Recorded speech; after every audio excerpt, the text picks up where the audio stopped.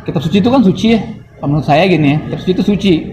Nggak boleh tambah-tambah, nggak boleh kurang-kurangin. Nah, sedangkan kalau udah ada intervensi tangan manusia di situ, apa itu masih bisa dikategorikan murni sebagai kitab suci? Enggak lah.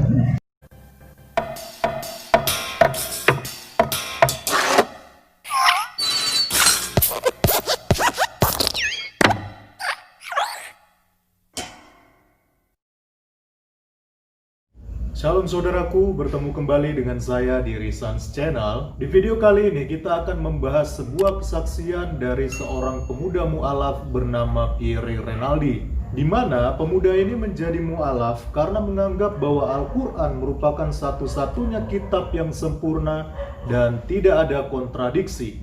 Sedangkan Alkitab sudah mengalami revisi serta ditambah ataupun dikurangi. Pemuda ini saya temukan bersaksi dalam sebuah video di channel Vertijon TV. Ini adalah salah satu channel milik para mu'alaf center Indonesia, di mana diketuai oleh seorang yang sudah tidak asing lagi bagi kita, yaitu Ustadz Stephen Indra Wibowo yang sangat fenomenal itu. Mari langsung aja kita cek videonya. Juga gitu. Sampai suatu ketika saya ingat kejadian waktu saya kelas 5 SD. Saya kan sempat tinggal sama tante om saya itu yang keluarga pendeta. Jadi opa oma saya ini pendiri gereja Nehemia di Cisarua. Ya, om tante saya itu gembala jemaat di gereja Kristen di Indonesia. Itu adiknya mama, gitu. Sepupu-sepupunya mama orang Protestan yang taat lah boleh dibilang. Saya dilahirkan dari seorang keluarga Protestan yang taat, boleh dibilang seperti itu. Nah, satu ketika saya ingat kejadian waktu saya kecil, dari kelas 5 SD kalau nggak salah. Satu ketika saya sekolah minggu, saya setoran hafalan. Setoran hafalan 10 anak. 10 anak. Nah, 9 anak ini benar baca, tapi kenapa saya salah? Gitu loh. Sedangkan kitab yang saya baca sama, pasal yang saya baca sama, ayat yang saya baca itu sama, tapi kenapa berbeda? Di mana letak perbedaan itu? Sampai akhirnya saya coba tanyakan ke kakak sekolah minggu saya, dan dia cuma bilang, oh ini nggak beda, ini cuma disempurnakan. Ternyata Bible yang saya baca itu tahun lama lah, waktu itu tahun 90-an. Nah, teman-teman saya bacain tahun 2000 seperti itu. Jadi ada perbedaan kata di situ. Iya, saya lupa ayat-ayat berapa. Pokoknya itu satu kejadian yang saya ingat. Oh ya udahlah, disempurnakan, udahlah. Anak kecil kan nggak pernah mikir ke sana. Sampai akhirnya setelah saya dewasa, itu timbul pertanyaan seperti ini. Kalau benar Bible adalah kitab suci, kenapa kok banyak revisi? Iya nggak? Sedangkan di Wahyu itu kan ada tertulis, barang siapa yang menambahkan atau mengurangkan, ya kan? Allah bakal cabut. Ya pokoknya intinya ayatnya bunyinya seperti itu. Sampai akhirnya, apa benar Bible itu kitab suci? Benar-benar perkataan Tuhan. Simpelnya logikanya seperti ini mas, kayak kitab suci itu kan suci ya. Menurut saya gini ya, kitab suci itu suci. Nggak boleh tambah-tambah, nggak boleh kurang-kurangin. Nah, sedangkan kalau udah ada intervensi tangan manusia di situ, apa itu masih bisa dikategorikan murni sebagai kitab suci? Enggak lah. Seperti itu. Nah, teman-teman, sampai di sini dulu tadi kita sudah sama-sama melihat videonya. Di mana poin pertama yang perlu saya sampaikan di sini adalah bahwa pemuda ini dia mengalami kebingungan ketika pada masa kecilnya disuruh untuk menyetor ayat hafalan, dan ternyata ayat hafalannya berbeda dengan teman-temannya, padahal ayatnya adalah ayat yang sama. Dan dari situ akhirnya dia bertanya kepada kakak sekolah minggunya, kenapa ada ayat hafalan yang berbeda, sementara mereka sama-sama memakai kitab suci Alkitab. Lalu kakak sekolah minggunya mengatakan bahwa itu sudah disempurnakan, makanya ada perbedaan dari versi terjemahan-terjemahan yang ada. Akhirnya dari situ pemuda ini pun mengambil kesimpulan bahwa Alkitab sudah mengalami yang namanya revisi serta sudah mengalami yang namanya perubahan. Dan ia juga mengutip salah satu ayat di dalam kitab Wahyu bahwa perkataan Tuhan atau firman Allah itu tidak boleh ditambah ataupun dikurangi. Sebenarnya sangat simpel sekali menjawab kebingungan pemuda tersebut. Saya sendiri heran kenapa ada seorang Kristen yang akhirnya menjadi mu'alaf hanya gara-gara pertanyaan sepele seperti ini, yang sebenarnya mudah sekali untuk dicari jawabannya. Tapi teman-teman, saya sendiri tidak mau menilai pemuda tersebut berdasarkan kebingungannya ya. Kita tidak tahu juga kan, bisa aja sebenarnya ada motivasi lain yang tidak ia ceritakan yang membuat kenapa pemuda ini akhirnya menjadi mualaf. Poin pertama yang ingin saya jawab dari pertanyaan pemuda tersebut adalah bicara tentang mengapa Alkitab terjemahannya bisa berbeda-beda versi. Kita harus tahu sendiri ya, bahwa bahasa Indonesia itu sifatnya dinamis dan juga bisa mengalami perkembangan baik dari suku kata ataupun dari kosakatanya seiring dengan perkembangan zaman yang ada. Itulah mengapa Alkitab mempunyai terjemahan yang berbeda-beda. Setidaknya ada 17 terjemahan versi bahasa Indonesia, yaitu ada Alkitab terjemahan lama, Alkitab terjemahan baru, Alkitab bahasa Indonesia sehari-hari, dan beberapa terjemahan lainnya. Nah, jadi wajar kalau ada beberapa kata yang mungkin berbeda, karena memang bahasa Indonesia itu sendiri ada beberapa yang mengalami perubahan kata seiring dengan perkembangan zaman. Tetapi sebenarnya pada dasarnya secara esensi ataupun secara substansi itu tidak mengurangi maknanya ataupun tidak membuat maknanya menjadi berbeda. Dan perlu kita ketahui bahwa Alkitab itu naskah aslinya ditulis di dalam beberapa bahasa. Perjanjian Lama ditulis dalam bahasa Ibrani dan juga ada beberapa kata yang menggunakan bahasa Aramaik.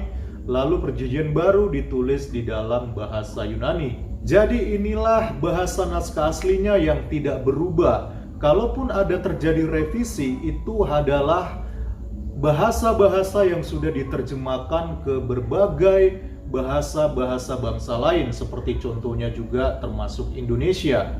Jadi wajar kalau ada perkembangan bahasa yang terjadi di dalam terjemahan versi bahasa Indonesianya. Tetapi daripada itu, ketika kita menelaah ataupun untuk meneliti Alkitab, kita harus tetap berfokus kepada bahasa naskah aslinya, yaitu Perjanjian Lama bahasa Ibrani serta Perjanjian Baru bahasa Yunani. Dan kedua bahasa ini, yaitu Perjanjian Lama dan Perjanjian Baru yang ditulis di dalam bahasa Ibrani dan juga bahasa Yunani, tidak pernah mengalami yang namanya revisi. Oke, sekarang mari kita lanjutkan kembali videonya. Sampai kita kenapa pilihan saya jatuh pada Islam? Kenapa nggak Buddha? Kenapa nggak Hindu gitu kan? Kenapa nggak Konghucu atau Rastafari dan lain sebagainya? Bagi saya itu Islam itu satu-satunya agama yang bisa diterima oleh akal, oleh logika. Agama yang benar-benar nggak ada kontradiksi, agama yang benar-benar sempurna, yang mengatur dari kita buang air kecil, gunting kuku sampai bernegara itu kan semua diatur dalam Islam. Islam itu kan mengatur seluruh aspek kehidupan. Itu yang luar biasanya Islam menurut saya.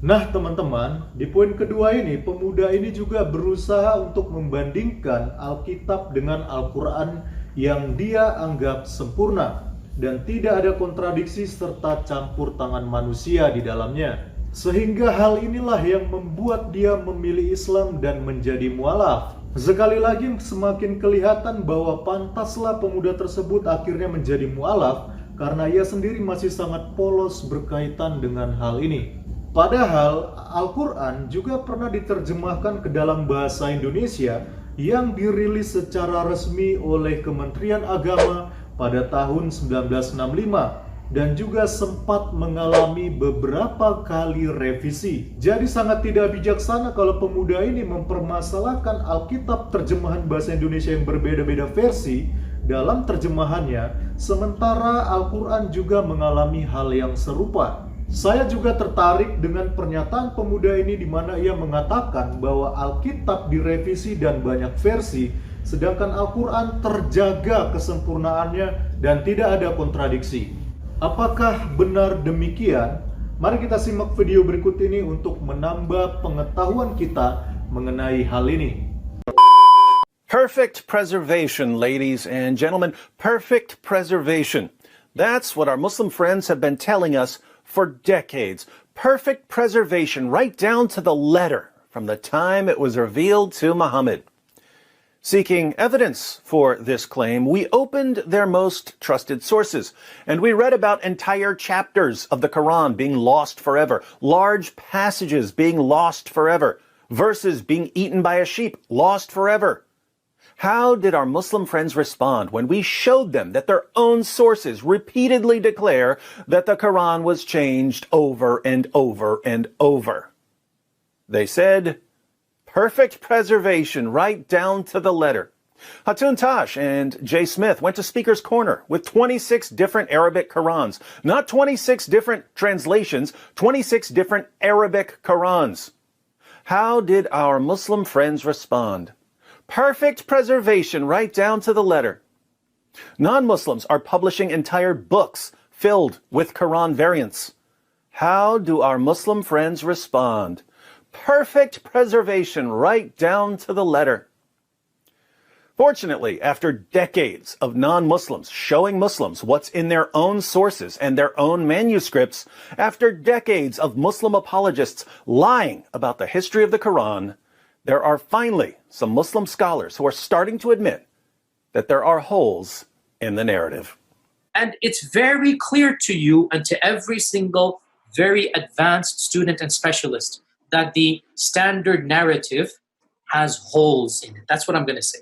Why are they finally acknowledging that there's a problem? Because the evidence is piling up too fast, and Muslim scholars are realizing that the longer they deny reality, the more shame and embarrassment they'll face later. But let's focus on Dr. Shabir Ali, who has recently admitted that there are different Qurans in different parts of the world.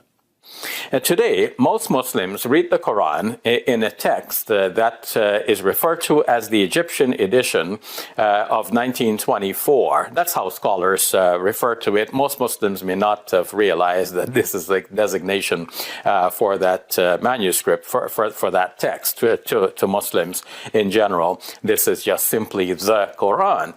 But this is not the only text of the Quran that is read throughout the world. He's also admitted that there are differences in Quran manuscripts. So there was this period in which Muslims had the opportunity to teach others the Quran without insisting on the precise words. Recently, a manuscript has been discovered from Sana'a in Yemen, and it's referred to as the Sana'a manuscript. That manuscript has two layers of Quranic writing. The lower layer has been scraped off, and the upper layer has the Quranic text written over. Now, the upper layer text quite closely corresponds to what Muslims are reading in the world today as the text of the Quran. The lower text that has been scraped off has some variation from what Muslims are reading in today's text. Because Shabir knows what non-Muslim scholars are finding when they go through manuscripts of the Quran. They're finding missing words, added words, changed words, words moved around, words written over, words erased. It's a giant mess. As an example, yesterday, Dr. Dan Brubaker, a textual critic of Quran manuscripts, posted a video where he shows a single page of a Quran manuscript. He shows that there are no less than 11 textual variants and corrections on that one page. Different Arabic words, different meanings, different translations. And what are our Muslim friends going to conclude from this? Perfect preservation right down to the letter. My Muslim friends, do you have any clue what kind of damage you're doing to the future of your religion right now? Once this lie has been exposed, possibly the biggest lie in history, the supposed perfect preservation of a book that was repeatedly changed and corrupted, once this lie has been exposed, we are never going to believe anything you tell us about your religion ever again. When you lie to our faces about what we can see with our own eyes, you destroy your own credibility. When your own sources say that entire chapters of the Quran were lost, and that large passages were lost, and that countless verses were lost, and you say perfect preservation right down to the letter, it becomes impossible to believe you. When you say that there are no textual variants in the entire history of the Quran, while textual critics who go through the manuscripts say that they found tens of thousands of textual variants, there's simply no way to take you seriously ever again. Nah teman-teman, saya pikir cukup sekian dulu yang mau saya sampaikan lewat video ini. Marilah kita terus belajar memperkokoh iman kita, serta mau belajar kebenaran Alkitab agar dasar kita teguh dan tidak mudah diombang-ambingkan oleh pengajaran-pengajaran yang tidak sesuai dengan iman Kristen, sebagaimana dikatakan di dalam 1 Timotius pasal 4 ayatnya yang ke-16, yaitu awasilah dirimu sendiri dan awasilah ajaranmu, bertekunlah dalam semuanya itu, karena dengan berbuat demikian engkau akan menyelamatkan dirimu sendiri dan semua orang yang mendengar engkau. Terima kasih sudah menonton video ini. Tuhan Yesus memberkati.